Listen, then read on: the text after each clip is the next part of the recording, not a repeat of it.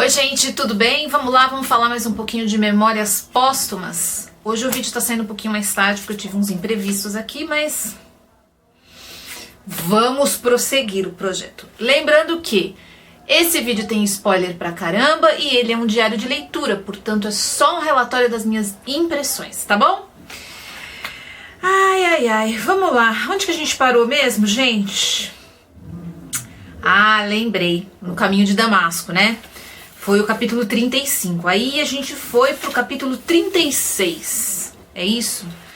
O meu livro tem números, algarismos romanos. Gente, vocês não têm ideia de como isso é difícil pra mim, gente. Então eu vivo falando números errados aqui, vocês já perceberam, né? Porque eu não sei ler algarismos romanos. Então, vamos lá, né? Vamos lá, deixa assim. A propósito de botas. Que capítulo legal esse, né? Eu gostei muito dessa releitura que eu fiz desse capítulo. Eu achei bem interessante. Porque essa relação que ele faz do momento em que a gente tira um par de sapatos apertados, com o momento em que a gente desafoga uma dor, né? Um momento em que a gente se alivia de um sofrimento, de um pesar. Eu achei essa relação muito interessante. Ele diz aqui, né?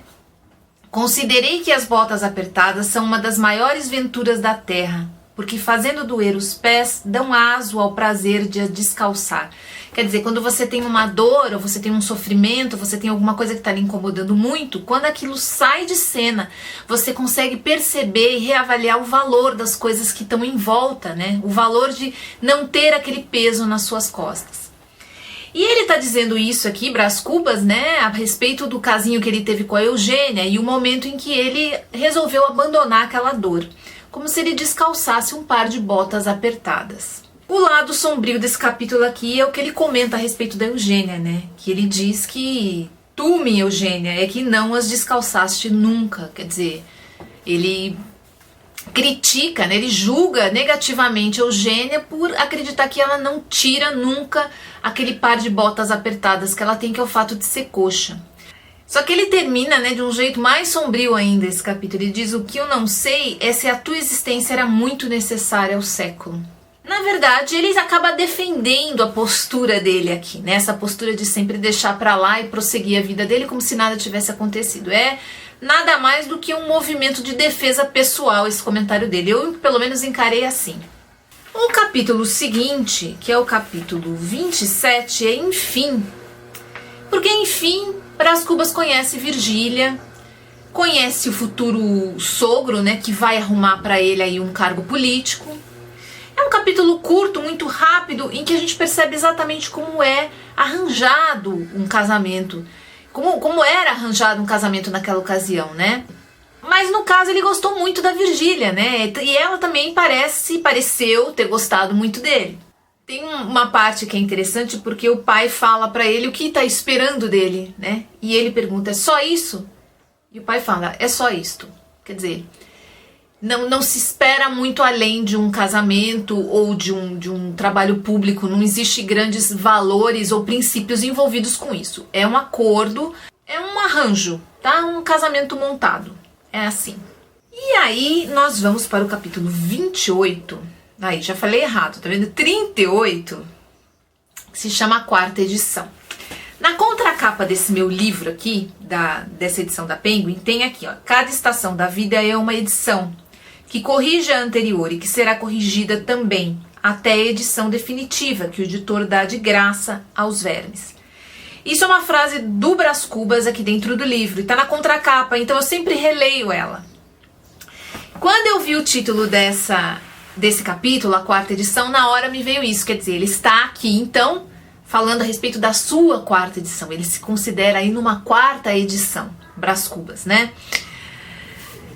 E o que acontece nesse capítulo? Acontece algo que vai mudar definitivamente a vida do Brás Cubas.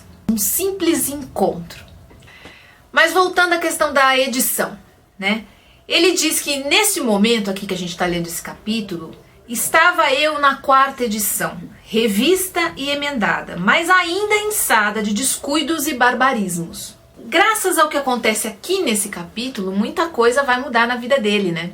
Bom, acontece o seguinte: Brás Cubas está lá, indo para um jantar na casa do Dutra, o sogro. obviamente encontrar com Virgília, e ele resolve então dar uma paradinha, uma passeada ali no Largo São Francisco de Paula. Nesse momento acontece um pequeno acidente, uma coisa que parece boba, né? Mas eu achei extremamente simbólico.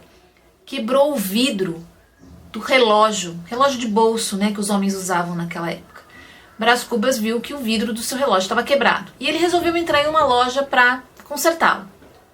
Eu achei extremamente simbólico, gente, porque o relógio é um símbolo do tempo, né? E o vidro representa uma proteção, né? Uma proteção do tempo, vamos dizer assim.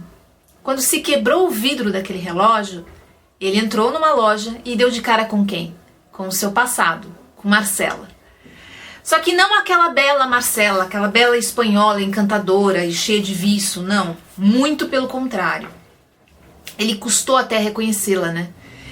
Uma Marcela bexiguenta, depois de possivelmente uma varíola, né? Eu acho que naquela época era a varíola deixava marcas muito grandes, né?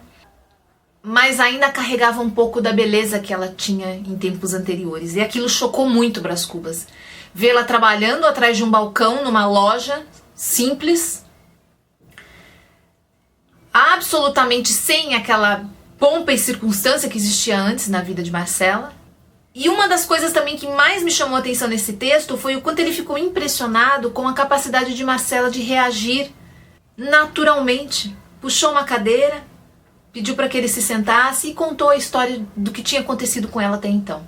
No final desse capítulo ele conclui que a alma de Marcela era decrépita e ele não parece sentir pena, muito pelo contrário. Ele se questiona como pôde um dia se envolver com uma mulher como aquela. Inclusive ele fala, né? Perguntei a mim mesmo por que motivo fizeram tanto desatino. Não era esta certamente a Marcela de 1822, mas a beleza de outro tempo valia uma terça parte dos meus sacrifícios. Quer dizer, diante daquela imagem atual de Marcela, ele revisita o passado dele e questiona o seu comportamento naquela época. Eu acho que para todo mundo, Brás Cubas aqui é só uma representação, mas eu acho que para todo mundo o encontro com qualquer pessoa ou situação ou lugar do passado pode representar uma viagem como essa, que ele vai nos colocar nos próximos capítulos, não só nesse, mas nos outros. E magistralmente Machado faz isso nesses capítulos. Eu pelo menos fiquei muito impressionada com a sequência desses capítulos e como ele coloca a gente dentro de uma situação que é relativamente comum, né? A gente encontrar alguma pessoa, alguma situação que nos leve de volta ao passado, a momentos que a gente não gostaria muitas vezes de lembrar, né?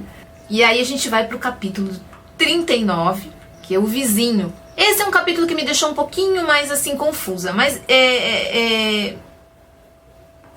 eu acho que eu consegui chegar numa ideia que vocês depois me ajudem aí dizendo o que vocês acharam. Porque nesse capítulo ele continua conversando com Marcela dentro da loja. A Marcela manda outra pessoa levar o relógio dele para ser arrumado, porque ali ela não tinha essa condição. E ela recebe uma visita de um vizinho que vem com uma menina. Essa menina, de acordo com o que o pai dela mesmo diz, é completamente apaixonada pela Marcela. É um namoro, uma paixão, como a senhora não imagina. A mãe diz que é um feitiço. Quer dizer, a mãe da menina diz que essa relação da criança com a Marcela é praticamente um feitiço. Eu encontrei aí uma solução para esse capítulo, um encaixe para esse capítulo. Brás Cubas se enxerga naquele momento assistindo aquela cena um pouco como aquela criança seduzida, enfeitiçada por essa capacidade da Marcela de atrair e de seduzir, né, as pessoas para perto dela. Não sei, foi uma impressão que eu tive, que de repente essa criança e essa ideia do feitiço que a Marcela joga sobre as pessoas ter sido explicitada de alguma maneira com esse capítulo aqui no texto. Ela diz, Marcela, né, parecem gostar muito de mim, é boa gente, sobre a família da menina, o pai e a mãe. E aí Brás Cubas declara aqui no texto: ao proferir estas palavras havia um tremor de alegria na voz de Marcela e no rosto, como que se lhe espraiou uma onda de ventura. ele percebeu que o grande prazer da Marcela era essa sedução, né? Esse poder que ela tem em cima das pessoas, e isso continuou mesmo depois da sua ruína. Então eu acabei entrando nesse capítulo mais ou menos dessa forma, imaginando ele desse jeito, tá? Apesar que foi um dos capítulos para mim que eu custei mais para encaixar ele dentro da história como um todo, né? Fica difícil entender por que houve essa inserção desse acontecimento, mas enfim. E aí a gente chega no capítulo 40, na SEG. E esse capítulo eu achei incrível, gente, porque ele fecha esse encontro do Brás Cubas com o passado. E um encontro que não foi qualquer coisa. A gente vai ver nos capítulos futuros o quanto esse encontro transformou a vida do Brás Cubas e das pessoas que estavam em volta dele. O espírito ia travado de impressões opostas, quer dizer, ele estava dentro da SEG e ele estava muito confuso. Ele aqui revela pra gente no texto que ele estava feliz, quer dizer, era um dia bom. Não era um dia em que ele tinha começado mal, não era um dia que ele esperava que poderia acontecer uma coisa tão estranha, né? Tão sinistra, vamos usar essa palavra. Mas eis que me surge o passado, ei-lo que me lacera e beija, ei-lo que me interroga com um rosto cortado de saudades e bexigas. O passado atravessou o caminho dele, um passado que chega de uma maneira muito forte, muito intensa. E eu, que sou assim por natureza, também não acredito que aconteceu por acaso. É justamente o momento em que ele está indo definir alguns sentidos da vida dele, né? Ele vai se tornar político, ele vai se casar, e aí nesse momento ele reencontra a Marcela, e a Marcela nessa situação, eu também achei que não foi por acaso. O passado chega aqui nesse momento na vida de Brás Cubas, transformando ele. E ele compara esse momento com um vento morno. Não forte nem áspero, mas abafadiço. E todavia ou parece ser pior do que se fizesse uma ou outra coisa. Quer dizer, um vento que chega devagar, abafado. Um vento que abate, que afrouxa, que dissolve o espírito. Então, esse encontro dele com Marcela traz para ele essas sensações de abatimento. É como se encontrar Marcela, encontrar um dos grandes amores da vida dele, né, naquela situação, o fizesse repensar. Mas veja só, Brás Cubas não repensa o seu posicionamento, suas posturas, seus gestos, não. Brás Cubas repensa o que está acontecendo com as outras pessoas, quem são as outras pessoas que estão em volta, o que está acontecendo em volta dele.